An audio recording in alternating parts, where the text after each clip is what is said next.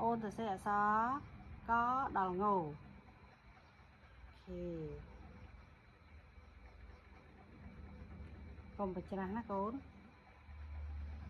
Ok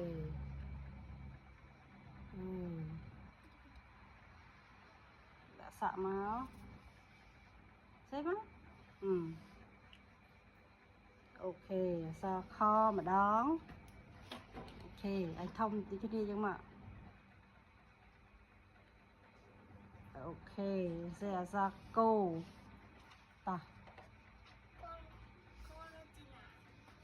nơi bắt ta bị kho.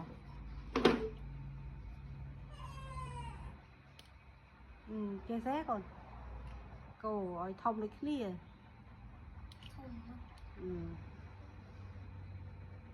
Chọc nôm mày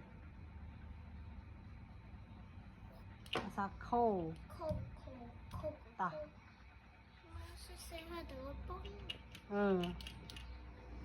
Sao khô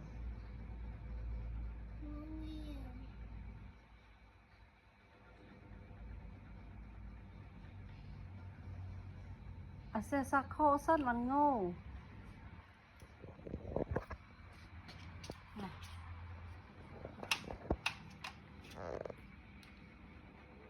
Cùi hơi rồi án cùi sân.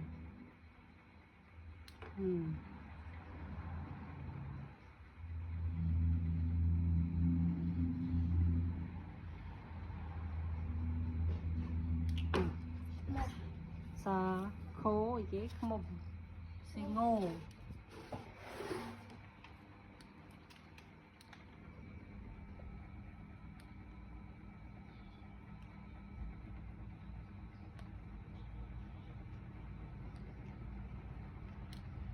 Nấu hai nấu.